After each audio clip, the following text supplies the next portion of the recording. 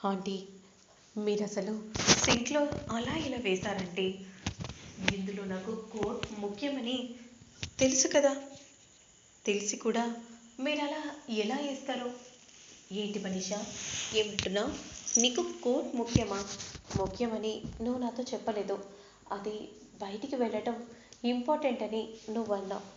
నేను అలాగే అనుకుని నేను సింక్లో వేశాను. సారీ మనీషా, ఇలా జరుగుతుందని నేను అస్సలు ఎక్స్పెక్ట్ చేయలేదు. It's okay aunty.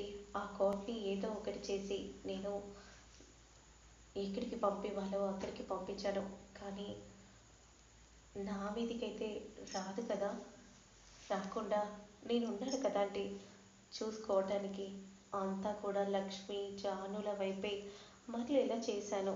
మీరు కంగారు పడకండి అని మనీష అంటూ ఉంటుంది. ఇక మరోవైపు మాత్రం లక్ష్మి దీర్ఘంగా ఆలోచిస్తూ ఉంటే, అమ్మ అనే విధంగా జున్ను లక్కీ ఇద్దరు కూడా వస్తారు. ఏమైంది, ఇంకా మీరు పడుకోలేదా? లేదమ్మా పడుకోలేదు. ఏంటమ్మా నువ్వు అలా ఉన్నావేంటి? ఏం లేదమ్మా, దేని గురించో నువ్వు దీర్ఘంగా ఆలోచిస్తున్నట్టు అనిపిస్తుంది. అదేం లేదమ్మా. అమ్మ చెప్పమ్మా, చేతికి ఉన్న కడియాలు అప్పుడే తెగిపోయాయా? అనుకోకుండా పీడకల పడింది. ఆ పీడకల వల్ల నేను హఠాత్తుగా లేచానమ్మా. అప్పుడు ఆ కడియం క్రింద పడింది. ఇక రెండు విడిపోవాల్సి వచ్చింది. అవునా, సరేలే అమ్మా. అనుకోకుండా జరిగిందని అంటున్నావు కదా, మరి దాని గురించి ఏం ఆలోచించకు అని లక్కీ జున్ను చెప్తూ ఉంటారు. ఇక రూమ్లోకి వెళ్ళిన లక్కీ జున్ను ఇలా అనుకుంటూ ఉంటారు. పాపం అమ్మను చూస్తుంటే బాధగా ఉంది. ఆ కడియాలు విడిపోయినందుకేమో అమ్మ బాధపడుతుంది కదా అన్నయ్య.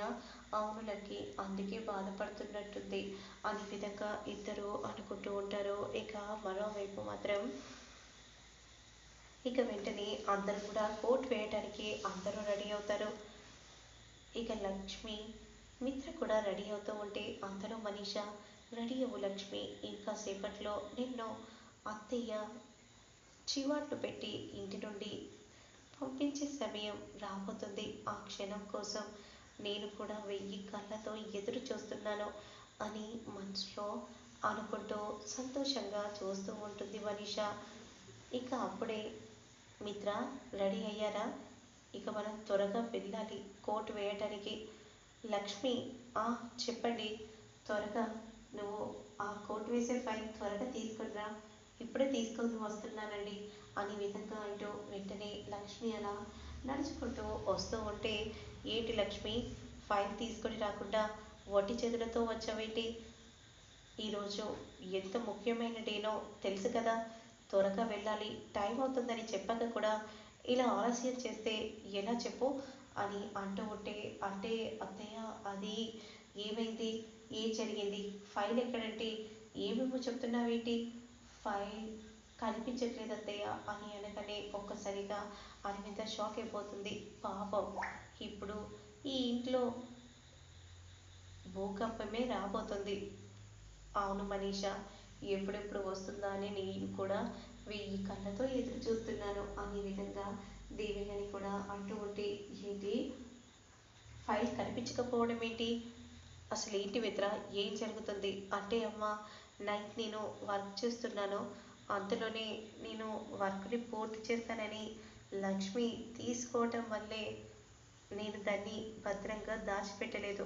ఎందుకంటే లక్ష్మి చేతిలో ఉంటే భద్రంగా ఉన్నట్టే కదా, సెక్యూర్గా ఉన్నట్టే అనుకుని నేను పడుకున్నానమ్మా అని మిత్ర అనగానే, మరిప్పుడు ఆ ముఖ్యమైన ఫైల్ ఎక్కడ మిత్ర, ఎక్కడ అని కోపంగా అరవింద అడుగుతూ ఉంటుంది. అత్తయ్య, నేను దుప్పటి కింద పెట్టుకొని పడుకున్నాను, కానీ అంతలోనే మాయమవుతుందని నేను అస్సలు ఊహించలేదు. స్టాప్ ఇట్ లక్ష్మి, నువ్వు నా కళ్ళ ముందు నువ్వు నిలబడకు, నేను చూస్తుంటేనే అసహ్యంగా ఉంది. ముందు నువ్వు ఇక్కడ నుండి వెళ్ళిపో అనే విధంగా అనగానే ఇక ఒక్కసారిగా లక్ష్మి షాకింగ్గా చూస్తూ ఉంటుంది. నేను చూస్తుంటేనే నాకు చాలా కంపరంగా ఉంది, వెళ్ళిపో వెళ్ళిపో లక్ష్మి అనే విధంగా అనగానే ఇక అప్పుడే అమ్మ అక్కర్లేదమ్మా అనే విధంగా అనగానే, ఇక అరవింద అలానే చూస్తూ ఉంటుంది. ఆల్రెడీ నేను అంతకు ముందుకు ఒక కోడ్ ఫైల్ రెడీ చేశాను. అది నా ల్యాప్టాప్లో ఉంది. ఇక దాన్నే నేను ప్రజెంటేషన్ చేయాలని అనుకుంటున్నాను. పద లక్ష్మి, పద అమ్మ వెళ్దాం అని ఈ విధంగా అనగానే ఇక వెంటనే మనీషా ఒక్కసారిగా షాక్ అయిపోతుంది. ఇదేంటి మళ్ళీ వేరే కోట్ అంటున్నాడు.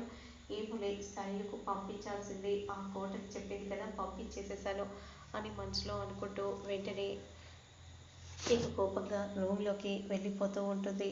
ఇక మరోవైపు సరియు కూడా అక్కడికి వస్తుంది. అందరూ కూడా హోరాహోరీగా పాట పాడుతూ ఉంటారు కంపెనీని సొంతం చేసుకోవటానికి. ఇక వెంటనే మిత్ర ఒక కోడ్ని చెప్పగానే అదే సమయానికి సరియు కూడా మరొక కోడ్ని చెప్తుంది.